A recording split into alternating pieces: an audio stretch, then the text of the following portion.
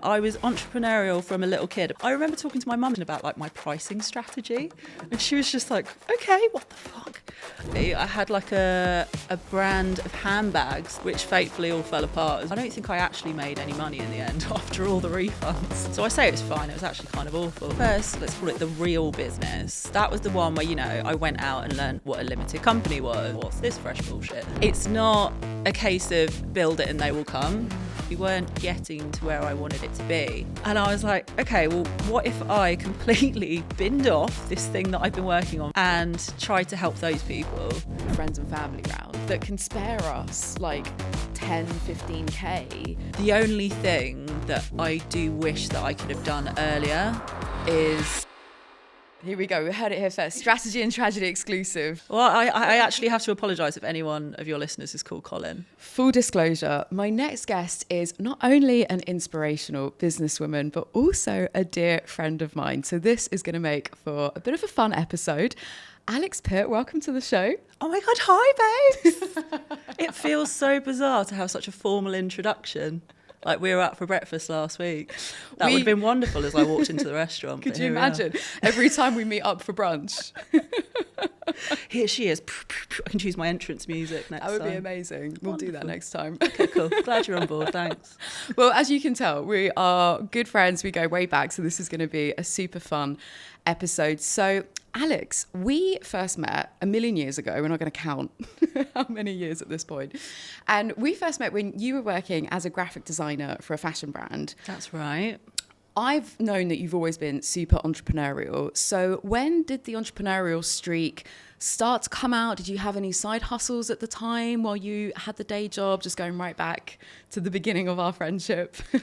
I mean, are we going back to the beginning of our friendship or the very first entrepreneurial streak? Because that was when I was about 7. Oh, okay. Yeah, wow, I mean, honestly, it's been in my blood for a long time. So the first time that I decided I wanted to start a business, it was when my dad took me to Hobbycraft, bought me a packet of air dry clay, and I made little teddy bears out of them and decided I was going to start a business selling little bears that I made that were like themed on different countries. Oh, it might be a bit problematic now because there was a lot of stereotypes involved.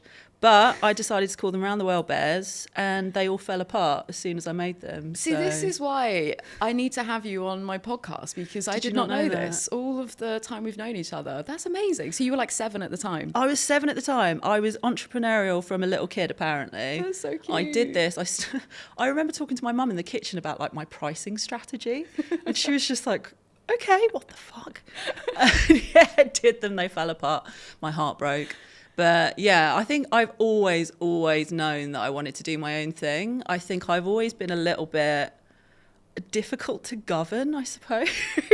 Rebel. Like I mean, look at the state of me. The rebellious streak, yeah, started from a young age. So I think I always knew that I wanted to be my own boss because that's like end goal, right? So knowing that you can like wake up every day and decide what you're going to do, how you're going to, you know, plan your day.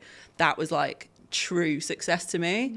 So yeah, I had so many side hustles throughout the years. Hide hustles. We'll just call it that from now on. See, rebellious streak, do what I want. I had, in fact, this is when you and I knew each other actually. Yeah. I had like a brand of handbags that I designed, which fatefully all fell apart as well because I went to a dodgy factory. So you can see a theme starting to emerge here. Oh, so you had the teddy bears fall apart. You had the handbags fall apart. I mean, This is the whole ethos, obviously, of strategy and tragedy. We'll get into the highs and the lows and teddy bears breaking apart and handbags breaking apart. Just can't talk about the teddy bears anymore. It's too raw. Obviously, we'll get stuck into all of that as well. You've also just reminded me, obviously, with the themes of entrepreneurship and podcasts, I think you actually recommended to me one of actually the first like podcasts that I really got into back in the day called, this is gonna unlock a memory for you, TGIM. The Shopify, right? That doesn't exist anymore, does it? Yeah, so sad. I used to love that. Same. I listened to it on my way to my 9 to 5 and I was just like, fuck this, fuck everything. Because this is taking us back to that era of when we first met. you working as the designer for this fashion brand. And it was when this kind of, you know, things were starting to really bubble away. And we were both listening to TGIM along with lots of other podcasts. And for anyone who doesn't know, not to plug a non-existent podcast that's not around anymore, but TGIM was, all about kind of founder stories. And I remember one about ice cream and... Oh, the gelato one. Right. I remember that because it was like some weird ASMR stuff and they kept saying gelato in this like really thick voice. And I was like, don't like it. Don't like it. That was a great podcast though. Right. And things like that, at least for me, they definitely influenced... It opened up my eyes to entrepreneur. Obviously, you had that streak from a very young age. You always had that rebellion to you, wanted to be your own boss. You always had that as the driving force. But I think with some of those other things that started coming out, those podcasts, these other stories, was like, okay, like how can we actually start to make this a reality? So would you say that your handbag business, was that your first more kind of grown up hide hustle? It's hustle. I'm making I it love a thing. that. I'm Just committing to coin it. that now. I think the first, I guess so. That was like the first, let's call it the real business. That was the one where, you know, I went out and learned what a limited company was and learned that I had to get an accountant and someone told me something about taxes and I was like, what's this fresh bullshit? But, you know, learn That actually, they don't teach you at school. Yeah, exactly. That That would be you're just helpful. like, you know, the government knows how much money that you owe, but you have to guess. And if you get it wrong, you go to prison. It's just like, okay, cool. This is the reality of what this is like. It's not just go out, be brave, sell some things and make a profit. There's other stuff involved. So that was, the first real one, I'd say. I had like, you know, other little things where I think this was actually the second handbag brand because the first one I like bought a load of stuff from China and guess what happened? They fell apart. It all fell apart. Yeah, that was embarrassing because I'd already sold it by the time it fell apart. So people came back to me and said, you know, that bag that you sold me, the handles fall off. Can I have my money back? Oh, I didn't know that. Was that under the same brand or did you do a whole new... This was, so this was when I was working at the fashion brand that you and I met at. And I wanted to make some extra cash because it was very much, you know, the brand said to me, we have no money, we can't afford you, you know, we can't basically pay you enough money for you to move out of your parents' house.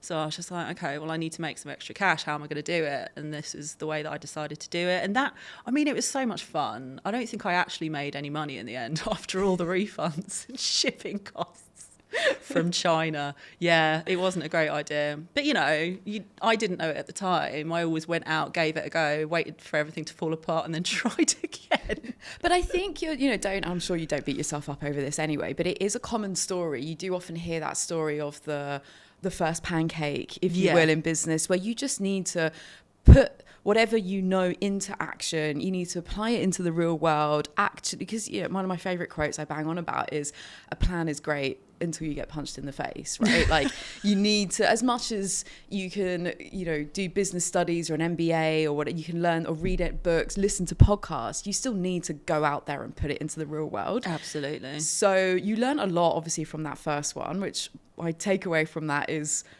quality products, making sure they don't fall apart. Was there anything else that you learned from that first pancake, if you will? Sorry, I don't like calling that a pancake to you. No, absolutely. You can call it, I mean, it would be an absolutely deformed pancake, the one that you just throw at the wall in a rage.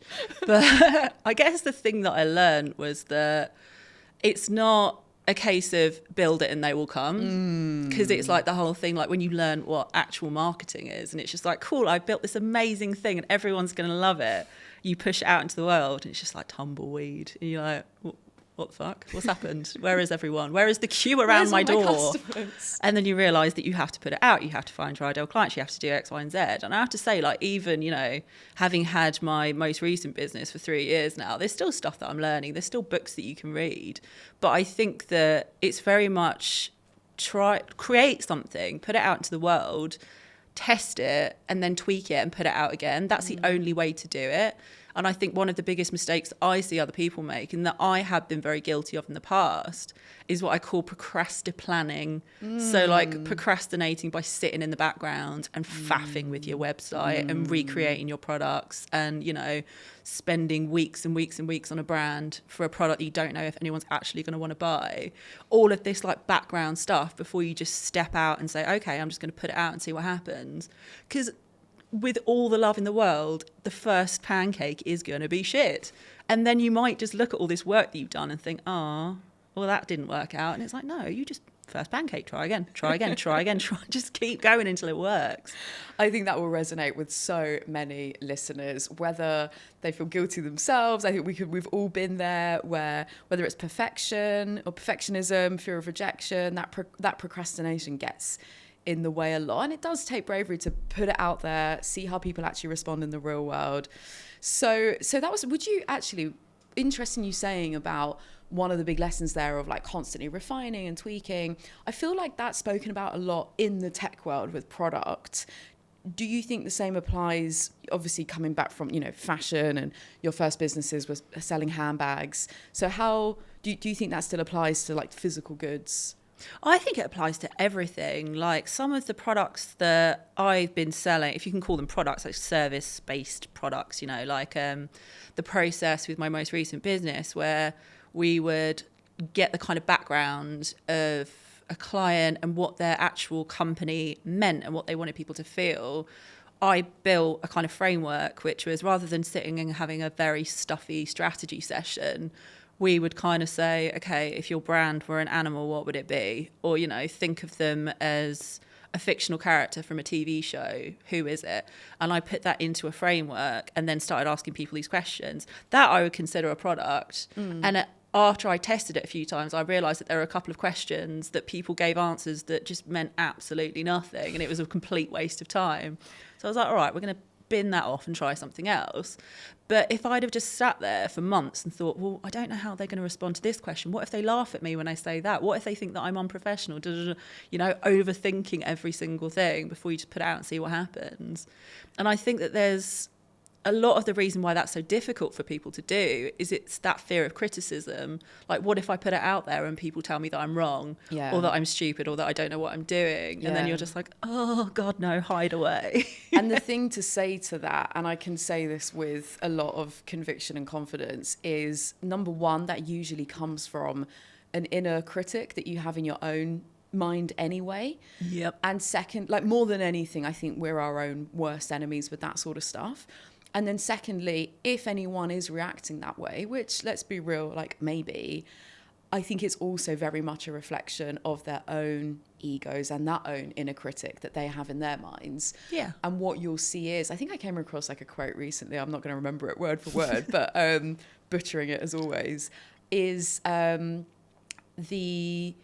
people, something around, the people who watch you the most or criticize the most, like funny enough, they're not the ones that are doing so well themselves either.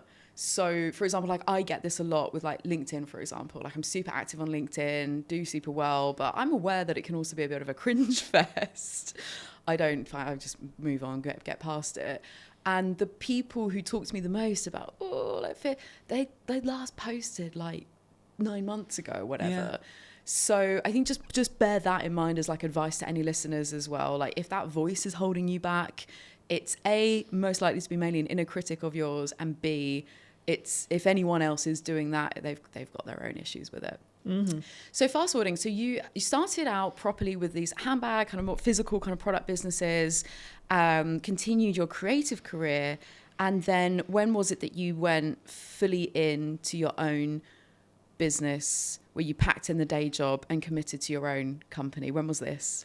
So the way that it happened was, I don't want to call it like a soft easing into running my own business, but I quit my day job about 5 years ago, and I did that to go freelance, to be a freelance designer, which I did, and it was fine, it was fine. I mean, it was all of the stress of like not knowing where your paycheck is coming from, plus all of the extra stress of working with lots of clients instead of one boss. So I say it was fine. It was actually kind of awful. I did that for a year and a half. And then this is when we went straight slap bang into the panny D, and it was 2020 and I was kind of miserable. And I came across this business coach, and I sort of said to her, monetarily, I did really quite well. So I was getting the invoices paid. But I sort of worked with this business coach and couldn't work out why I wasn't, making hundreds of thousands of pounds doing this job. And she said to me, I remember this session so well, she said, Alex, how committed are you to being the best graphic designer in the world? And I sort of thought about it for a sec, and then I was just like, that sounds fucking awful. Why would I want to be the best graphic designer in the world? And she was like, why are you doing it now then? And it was just like this moment of, I don't have to do that. Right, okay, cool. Well, now I actually have to think about the rest of my career and what do I really want to do? So then it was kind of like this digging, and it was like, what about graphic design do you actually enjoy? And it was more the creative direction, but then also the fact that I never wanted to be like a doer, a bum in seat kind of a person. I wanted to be managing and, building and thinking a lot more than I was doing. So then I decided to launch my first grown-up real business, which was Strange Creative Studio, a design agency. And I called it Strange because, again, look at the state of me. Like, it was who I've always been, like this absolute weirdo. And I just thought, okay, well, I'm going to stop doing what I was doing in the freelance years, which was very much this like you say, creating like a LinkedIn worthy version of myself, which was very beige. It was like the vanilla ice cream of personal brands. And I was just putting it out there and no one cared. I was going to like these networking events with beautifully designed, very boring business cards that would end up in the bin after people left. Like, just no one cared what I was doing. And no one talked about me. I didn't inspire anyone. It was all a bit flat. So when I started Strange, I was just like, no, I'm going all in now. And our website was just like the most goth, glitchy thing in the world. Like all the pictures of people who had tattoos. And yeah, I was just like, I'm going to go after, the Doc Martens of the world, the Marshall Amps of the world. And it was just the most fun thing. I had so much fun with Strange. And do you know what? I've just started rambling about Strange. I've forgotten what the question even was, so I hope I'm still on point. It's just the beauty of podcasts with friends. There you go. I just feel like we're back at breakfast. But no, it was magnificent. It was 3 years of my life that was, I wouldn't take it back for a second. Yeah, but amazing. Like all things, ran its course.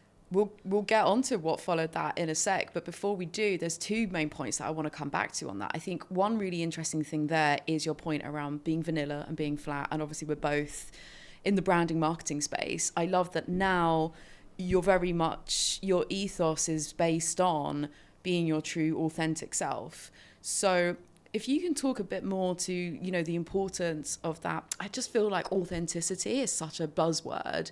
So if you can talk a bit more about how authenticity genuinely helps your business.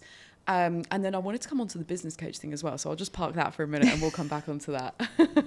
It's making me laugh because this is exactly how we do like just normal chats between us as well. It's like, right, we're going to come back onto that. It's like we're doing like a little itinerary of, we're probably not going to see each other for a few months because we're always busy. So let's just get through everything. But no, so what was the first one? I've already distracted myself. You've already distracted yourself. Magpie brain, the sorry. Authenticity. So you say about vanilla brands. Yeah. And how that connects. Why is that so important to have such, building your maverick business, being such a rebel, being your true self? Why is that important? So the reason that it's so important, I think, is because there is so much noise on every single social media platform. Like, no one needs to be told that. There's just a lot out there. And if you as a lot of us do, sit and doom scroll through LinkedIn for any length of time, it's just like the best quote I've ever heard about LinkedIn in particular is from a peer of mine who said that it reads like a country music song. Like, my wife left me, my dog dies. You just think, oh, fuck, this is so boring. Or it's really, really, really boring. Like, here are the KPIs for running a business. You just like, I just want to jump off the top of this building. This is the most boring thing I've ever read in my life. And that's just the reality of what LinkedIn is like. It's so much of the same. Unless you follow me, guys. Oh, yes, obviously. That goes without saying. Present company excluded.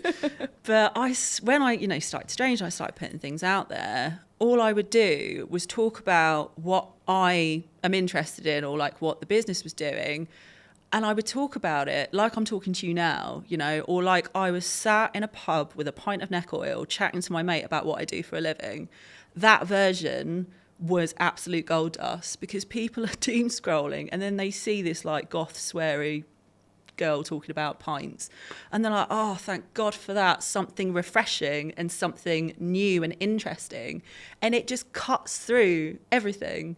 So the word authenticity itself has suddenly gotten lost in this like sea of sameness online. But all it really means is showing up to work as you would show up to anything else. I love how you mention even with like copywriting, because I feel like, you know, again, your day job, professional career, at least before, was, you know, creative, graphic design, very visual. And I feel like we can so often overlook what we sound like in brand as well. We've done a lot of work on like tone of voice, what do you actually sound like? And it is funny, you know, you describing that LinkedIn newsfeed, and I feel like we can all imagine it's like ChatGPT. We're all sounding the same. Yeah. It's that classic, like formulaic, the same tone of voice. Whereas if you just write how you would speak normally, what you would actually say, as you say, it's so refreshing. That was the key. That was exactly what I was thinking when you were describing that. Refreshing is the key word.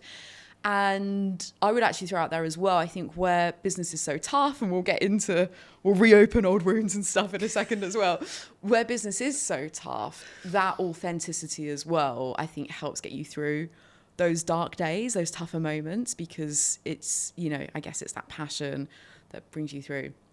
And then the other thing as well, before I forget, is was going to talk to you about the whole business coach thing as well, because we've both worked with business coaches, and I feel like we both come from the same perspective of, I don't know about you, I used to think that it was a bit pyramid schemey. Oh, really? I always thought it was a bit woo-woo. Yeah. Like not very tangible, not very real. You wouldn't see any results. You might just like have a bit more of a skip in your step. I was like, is that worth it? I just think maybe it was that time as well when Panny D hit, as you describe, where it felt like every Tom, Dick and Harry like was a coach. And I just feel like there were a lot of wheeler dealers and people that would kind of, you know, maybe wrap the wall over your eyes and stuff. But we both found amazing coaches that helped us with your business. And that anecdote that you just shared, one of the huge valuable things that I found working with a coach is simply being asked those questions that we've never asked ourselves. So what you just described there, what was the question again from your coach? How committed are you to being the best graphic designer in the world? Like, had you ever asked yourself that question before? No. Like, it never even crossed your mind. No. And it was confronting you with that and making you realise, oh, actually, maybe not. What were some of the other benefits that you found of working with a coach? How did it help you in your business? Like, so many. I'm just trying to go through like a Rolodex in my brain of all of the ways that coaching has helped me. And it's not even just working one-on-one with a coach. It was actually like talking about podcasts that we introduced each other to. You sent me Unfuck Your Brain by Cara Lowenthal, which was my first introduction into what coaching was. And that blew my mind. Like the idea that your brain is a muscle that can be retrained just like anything else. I think the thing, like as a kind of overview into how much it's helped me, what I didn't realise was that our brains are malleable, but also how much we hold ourselves back without realising it and draw up these kind of, we think there's a brick wall when there's just like a little bit of a mound that we need to step over. And so there's this really quite, I wouldn't say easy, but a lot more of a straightforward path to success, but we convince ourselves that there's just like no way through. But it's just, you've told yourself that you can't do this thing, that you can't possibly put yourself out there, that you're not able to, like I remember saying to you once, yeah, but I'm just a bit shit at marketing. And you were like, well, yeah, you are if you tell yourself you are. And I was like, damn, this girl with the wisdom. But it's stuff like that, right? It's just like the idea of being able to retrain your brain. And if you hit a wall, not thinking, well, this is just as good as it's going to get, or this is just because I'm not good at it. It's what am I telling myself? And I think like one of the biggest things that it's helped me with is around money mindset.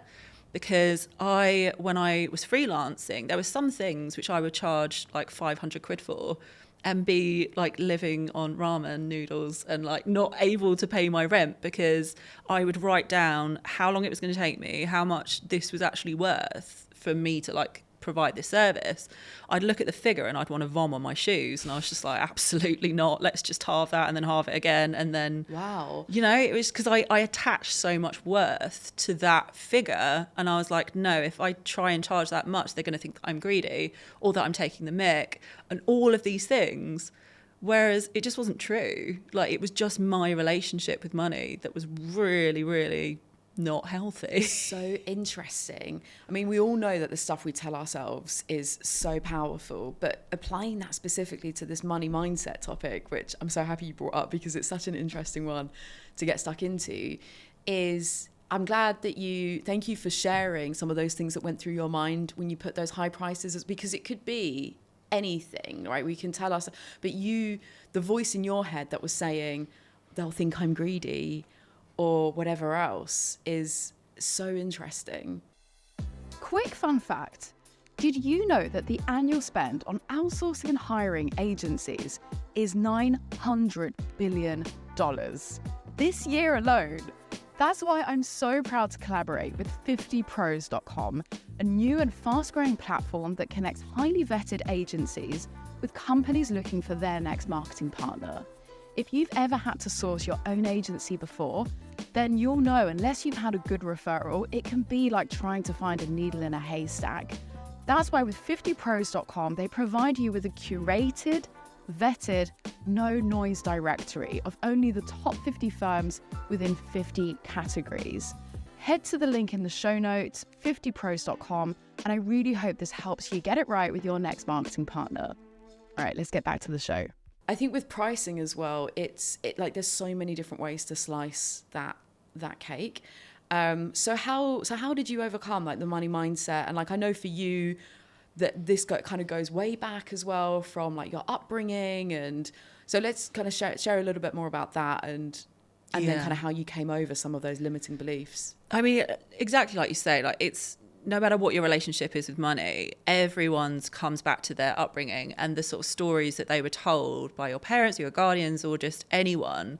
And I think especially, like this is going deep now, but I was raised Catholic and there is a lot of shit in the Bible about rich people. Like they are all going to hell apparently. And it's just that I had this idea that like being very wealthy meant you were very greedy. That, you know, if you had too much, it was immoral. Like you were literally going to go to hell if you had too much money. Like all of these things. But then also all the stuff that you hear from your parents, like money doesn't grow on trees, like it all adds up. And all of these things that tell you that money is really scarce, that there isn't enough to go around. And so whenever it comes to pricing something, it's not just, okay, it's going to take me X amount of time, or I think the value of this product is X. You think, oh my God, they're going to think that people are going to think a certain way about me. I feel a certain way about myself because of that number on a page. And I remember one of the best quotes that I heard about money in general is money is maths, not drama. I've not come across that one. Oh, I love that one. Oh, cool. So that was like, I think just taking the drama away from it and seeing it as currency and a commodity. Because if you look like realistically, money was a replacement for back in the day when you would trade some goats for some wheat. And everything got a bit complicated because how do you weigh it all up? Like, shall we just bin this off and have a universal currency? That's all it is. It's not moral. It's not, you know, it's not evil. It's not good. It's not anything. It's so interesting. But my mind, I know we always go deep, but like my mind just go, you know me, I cannot help myself. I'm such a geek. Like I go to some of that, like that philosophy, like what we apply to it. As you say, you break it down. It's so simple. I love that you've broken it down in that way. The money is maths. It's not drama, but like all the emotion, all the connotations, the reputation, like all of this stuff that we put on it, overlaid onto this thing. And what I would hazard a guess at is that where it's so uncomfortable, this discomfort kind of comes up. I would imagine that, like, you know, until working with a coach, you wouldn't have gone any further with, like, you wouldn't have even sat with that discomfort. You wouldn't have even maybe fully acknowledged it, right? Like, it's just like, oh, it's messy, uncomfortable. Oh, I'll just do this and, you know, shut my eyes and cross my fingers and hope for the best kind of thing, right? So is that true? Did your coach kind of help you work through some of those money mindset limiting beliefs? I think she kick-started it, definitely. She saw the way that I was freaking out when I would show up to our sessions after I decided that I was going to start Strange, because suddenly you're not doing, like, you know, a few $100 worth of work. I was putting together packages which were like 5 figures, and I, like, everything about it just made me so uncomfortable and feel like such a fraud as well. And I would say, like, I can't possibly charge that much money. And she would say to me, why not? Like, you know what you're doing. You've got the experience. You understand the theory. Like, can you help them? And that was the most important thing that I think she drilled into me was, can you help them? And are they willing to pay it? And that's all it is. It's not, I'm cheating people. I'm being greedy. I'm like getting too big for my boots. It's just, this is how much this service costs. That's it. And I think she sort of sent me. And you're also not holding a gun to anyone's head either, right? Exactly. I'm not extorting that money. They can choose to pay me it, or they can just leave. They can switch off Zoom. That's the end of it. But she definitely sent me down a route of looking into this, because I realised that was like my Achilles heel. Like that was where I tripped myself up the most. I was massively undercharging. I was really busy all the time, and I was very poor, which drained my energy, which stopped me from growing my business. So then I went off and discovered Denise Duffield-Thomas, who still to this day is just one of my favourite people to consume all of her content. Good old DDT. Good old DDT, which is hilarious because, like, for anyone who doesn't know who she is, just go and have a quick look at her Instagram, and she is just like the antithesis of everything that I am. She's sunny and like light blue and seashells and blonde hair, and starts all of her videos with, "Hey, gorgeous," and I'm just here like, yeah, love it, woo. But all of her messaging is amazing. It's just like, you deserve to make as much money as you want to make. It doesn't make you greedy. It doesn't make you evil. It doesn't make you immoral. It just means that you can actually enjoy your life. Why wouldn't you want to do that? So yeah, I've binged everything she's ever done. But I found myself now in this place, and it's been a journey of like 4 or 5 years to get this far. Right. So please don't think that I'm just like, oh yeah, I learned that money is actually quite wonderful, and now I'm here. It's been a journey. I'm so happy that you say that as well, because that's also been something that's been on my mind, just because coincidentally, like massive coincidence, I have been announcing publicly a string of all these different amazing things within the space of like a week or two, which is just, again, massive coincidence. And it's really played on my mind how I'm very aware of how those things can look on social media and the picture that you paint to the outside world, obviously more on the marketing side of things. And I do want to remind people, exactly as you say, like, overnight success takes 1,000 nights. We didn't just wake up and click our fingers. And whether it is like overcoming those limiting beliefs, readjusting your money mindset, tangible achievements, like it takes time, and I think it takes longer. It always takes longer than you want it to. Oh, absolutely. Right? And I'm an impatient cow as well, so it takes even longer than I want it to. So for you, I'm really glad that you shared some of those really practical like recommendations as well. So like, what was her name? Denise Duffield-Thomas. That's right. DDT. So her Instagram, did she write a book as well? She's famous for the book. She wrote the original book was called Lucky Bitch. Right. And then she did a follow-up book called Get Rich Lucky Bitch, which is the one that I read. Okay. And I was just like, oh, this is amazing. So we've got her Instagram, her book, working if you can find a great coach. Was there anything, obviously it's taking you time as well. Was it just kind of that repetition, being exposed to those sort of mantras and things that helped you to readjust? It was. And I think also, obviously it's all about mindset and adjusting your mindset, but I think having the attitude going into it, I always think of it like, if you imagine you've got a really, really sore back and you go to a masseuse, you have to really go for the knots. So you can't just like do a bit of mindset work and be like, no, I feel lovely now. You have to really look at the worst kind of, the habits, the stories that you're telling yourself, all the bits that make you a bit uncomfortable when you go at them. Those are the things that are going to propel you forward. And for me, it was the money stuff, because every time I looked at figures on a page, I just wanted to cry and like hide under my duvet. And now it's like got me to the point where, I went from wanting to throw up about 500 quid to like doing my first 10K months in a business. And like, to only have a few years in between those two things. This is what I mean about being very impatient. I was just like, I'm going to read every book. I'm going to listen to every podcast, and I'm going to smash this shit out of the park. Well, congratulations. Thank you so much. Well done. I'm so happy for you. And I love it. I mean, you also I feel like we're both like such quote obsessives. I just love these sorry if any listeners are just sick of all these like cliche quotes and stuff, but you also made me think of like how is it? I always, as much as I love them, I always butcher them. Why do I put myself in this position? But it's something around like, you have to, what was it? You have to go through grow through what you go through. Oh, I like that one. I love a rhyme. grow through what you go through. Well, that's it. You have to like get through that, work through those knots, go through that discomfort, look at the spreadsheet, get to grips with the numbers. And it's not going to be nice the first time, but the more you do it, the more comfortable you will get. You just have to grow through what you go through. Nice. I'm going to remember that one. I love that. Okay, amazing. So we're warming up and getting to another super interesting chapter in your entrepreneurial journey that made you not only question whether or not you want to be the best graphic designer in the world, but actually your whole identity around being creative, being a designer. So share with us listeners your epiphany that you had quite recently and how you've completely changed up what you're doing now. Yeah, I mean, this one is even just a little bit harder to talk about because I'm still in it at the moment. I'm still right at the beginning of this new little chapter of mine. But yeah, so I've been running Strange for a few years and it had sort of ticked along. It was obviously like this amazing start and I was having such a good time. And then it kind of plateaued and it wasn't growing. It wasn't getting to more people. We weren't taking on more clients. We weren't getting to where I wanted it to be.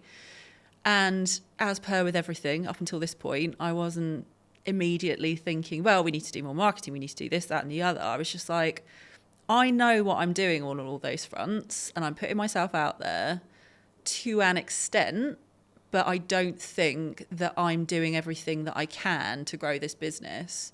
So why is that? And that's when I had to have like, long, hard look in the mirror, a bit of like a taxi driver moment of just like, what are you doing? Why isn't this business growing? And I had this one call with a client and they, up until this point, they had always been lovely.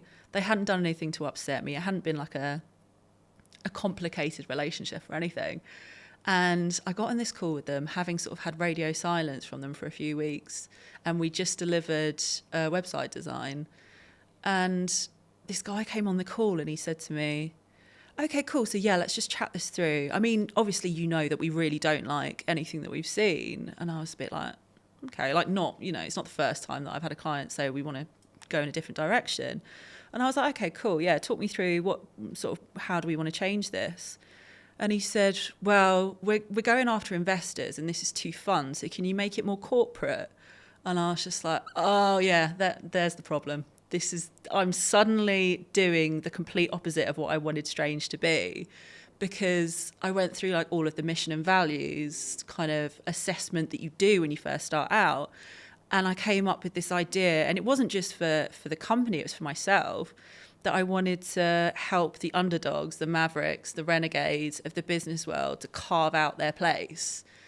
And I was like, oh, you're not it. Like these to be perfectly honest, quite privileged people who already had everything in their arsenal that they needed to build successful businesses. And while they were perfectly nice, that wasn't who I should have been helping.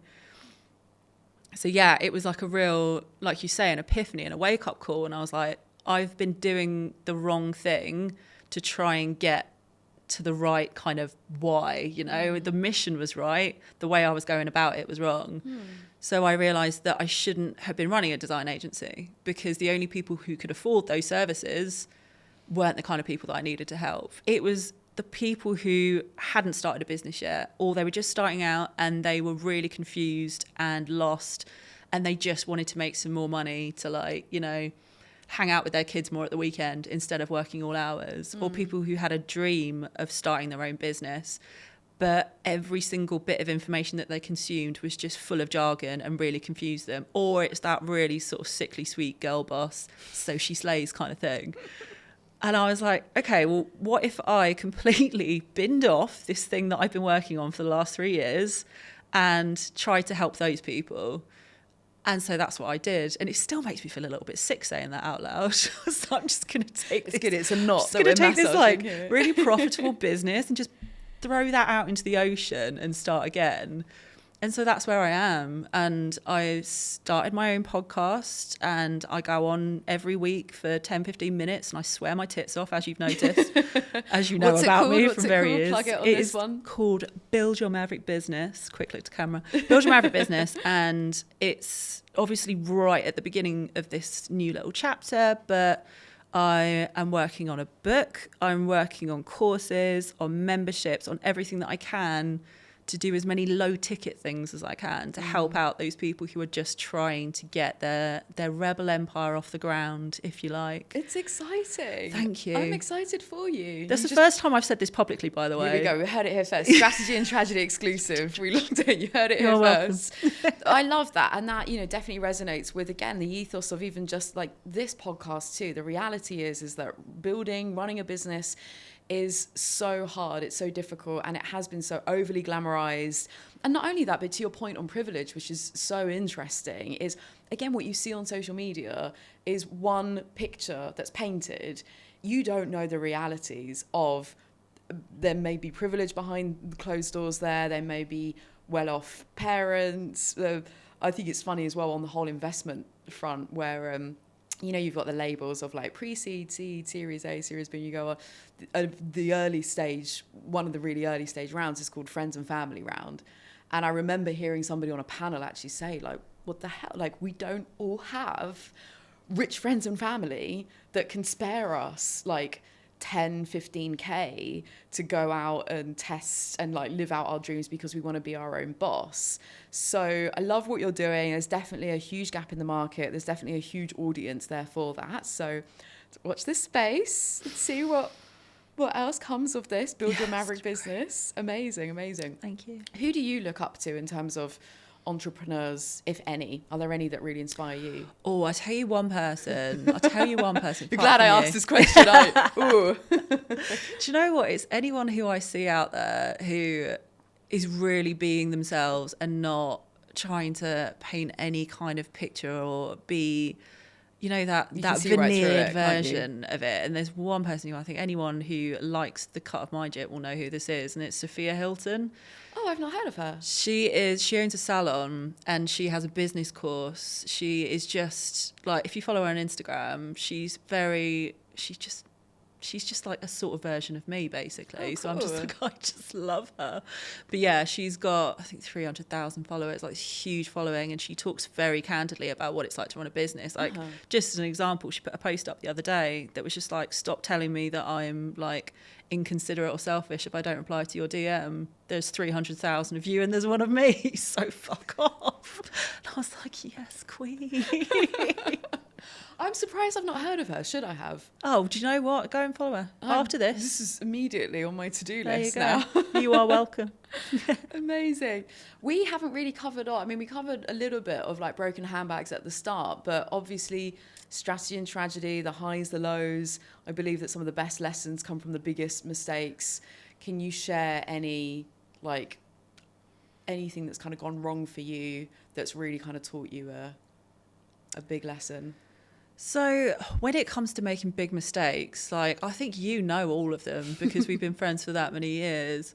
But I've lived through them with you. You've lived through them with me. You've had me Been call on the other you side up of the phone. sobbing down the phone like, this client is such a Oh, bastard. so horrible. And you question why. Yeah. Why are we doing this? Yeah. Like literally why? Like it would be so in those moments. Sorry, because you've just taken me back to like those phone calls. Like, where it's honestly. like, how easy is it in those moments where you're like, to just have a job?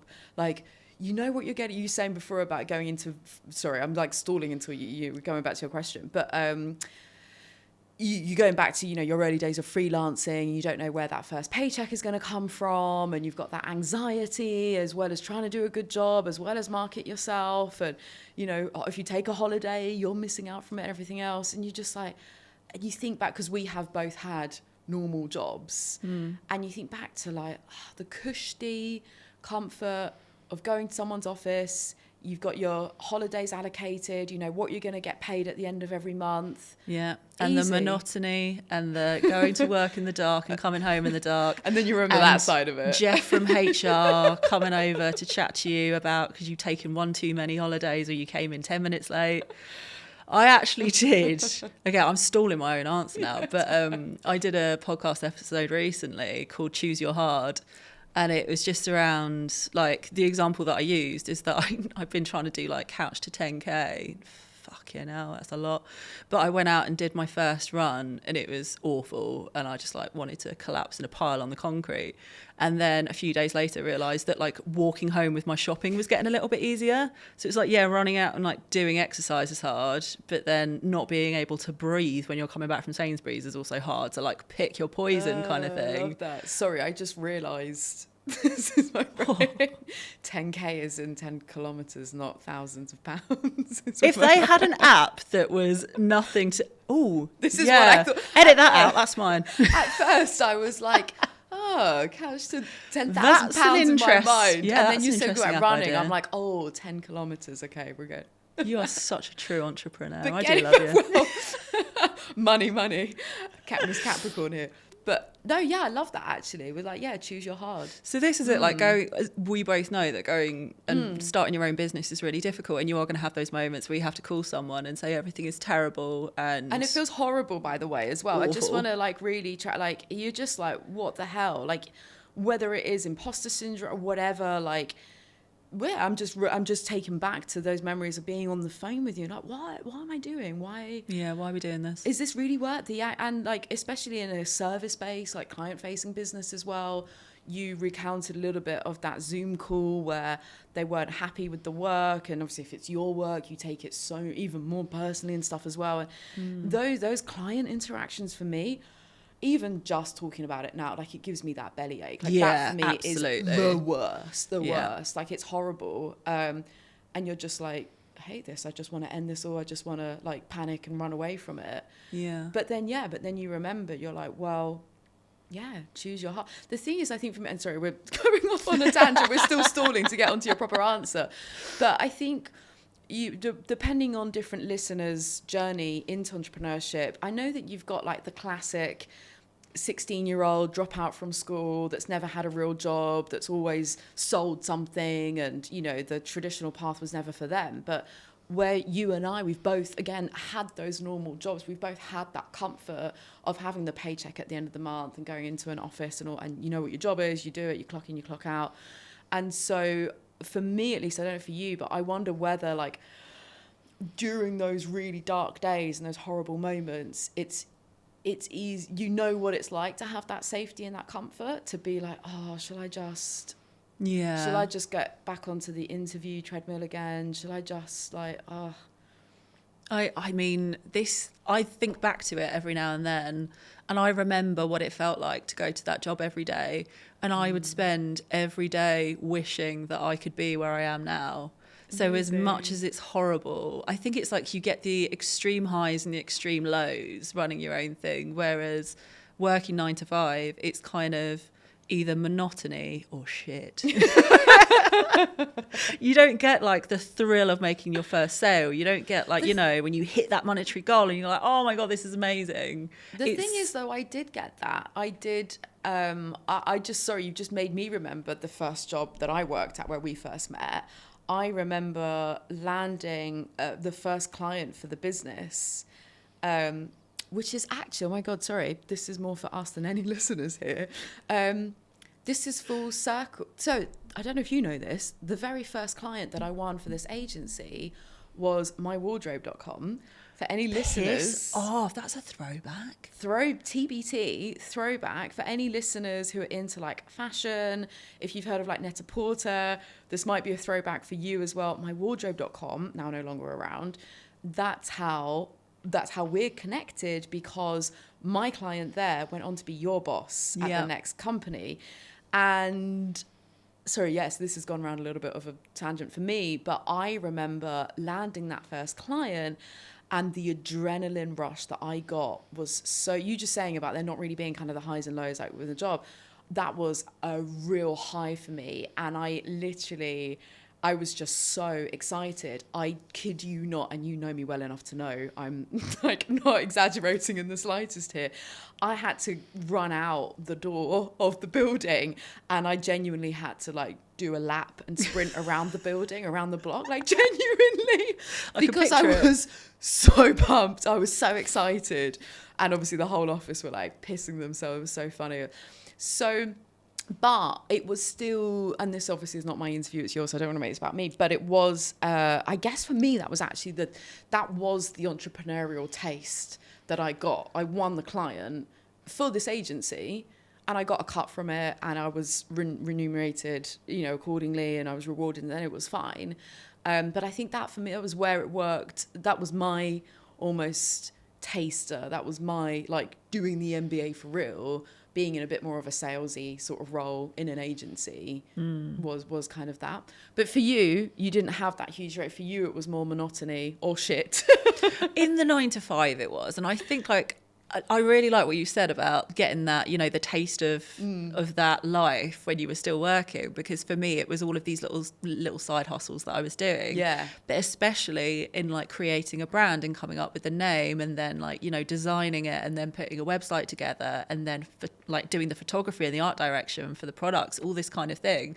It was building it from nothing and forming something, which I guess is why Strange made such, like, a perfect first venture for me, because that was what I did day in, day out, was take businesses that had nothing and give them something very tangible to then send out into the world. It's that creativity. And I think that we didn't get onto definitions of success and failure and stuff, but I would define entrepreneurship, as much as it's glamorized and whatever, but entrepreneurship, definitely for you and I, is freedom combined with that creativity. To have an idea, to build something from nothing, to put it out there, tweak, refine, and again, have the freedom and the autonomy while we're doing it. Yeah, exactly. So let's come back to what did you ask that me? last final question that I asked you half an hour ago. So the tragedies. So we usually end the episode on the big tragedies, the highs, the lows. So it was, what's kind of a big fuck up, if you will, that's taught you a big lesson? So I think, this is how we got distracted. This is how I remember now. We're back on track. So we get there eventually. Yeah, exactly. We always come back on track. In all of the things, like all of the mistakes, if you like, that I've made with, doing the wrong thing, or not having a happy client, or going down the wrong route and having to 180 and try again. The only thing that I do wish that I could have done earlier is start working on my mind, but more importantly, stop being such a bitch to myself. Because I was, like, really, really mean. And, like, I always joke that my inner voice has a name. I call him Colin. Oh, do you? Oh, yeah. That's great, because I don't have a name for my one, and I do, but I definitely can't say it on camera. Can you not? No. Oh. Well, I actually have to apologise if anyone of your listeners is called Colin. Apologies to anyone called Colin. Sorry to all the Collins. I don't know if I know anyone called Colin. That's all right then. That's crazy, because I know... I have quite a good, like, network. I know a lot of people. Don't know any Collins? Well, even more apologies if I do know a Colin and I can't remember you. Forgotten who they are. No, I don't think I do. To Colin. Sorry, again, distracted again. Sorry, but just I loved, because what book was it? I think we both read the book, which is about, like, naming, or it's a coaching thing anyway, about, like, naming that voice to help create that separation and kind of make them into a character, so that it's like, it's not you can distinguish those voices. Why Colin? It's a really silly story, and I think this will give a lot of insight into why I am the way that I am. When I was a little kid, my dad was tucking me into bed one night, and I was convinced there was a monster in the room.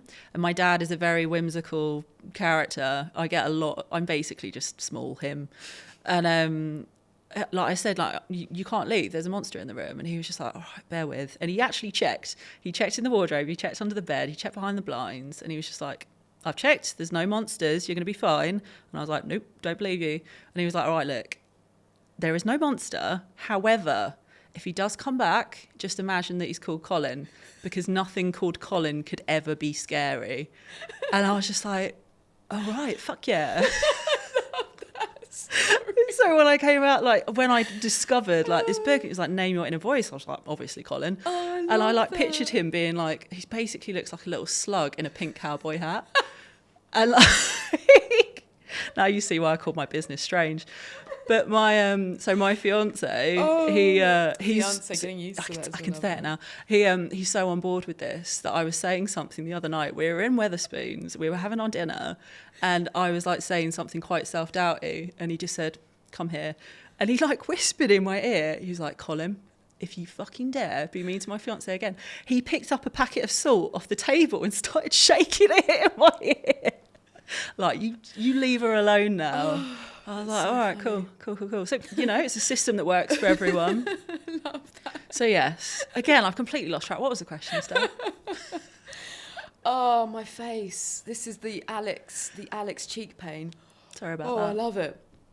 You wish that you had done more work on your I wish mindset. I could have weeded out Colin earlier. I would have gotten a lot further, a lot faster, but more so than that, I would have just enjoyed it so much more. It would have been so much more of a roller coaster instead of like, a train off the edge of the cliff. Is it the Time Traveler's Wife? There's a book film about time traveling. And they teach at the end where they pass it down. I think it might be. They pass it down, and the advice is, in terms of, going in the future or going back and stuff, is live. I can see by your face you've got no clue. I haven't seen it. I've no idea what you're talking about. Well, sorry. I'm sure the majority of the listeners won't know either. So I'll fill you all in. The advice is just live the day, live the 24 hours as you normally would, and then go back and just do it all just exactly the same, like all over again. And the idea, and don't change anything. And the idea is exactly what you've just said, which is that time that you can go back and just relive it.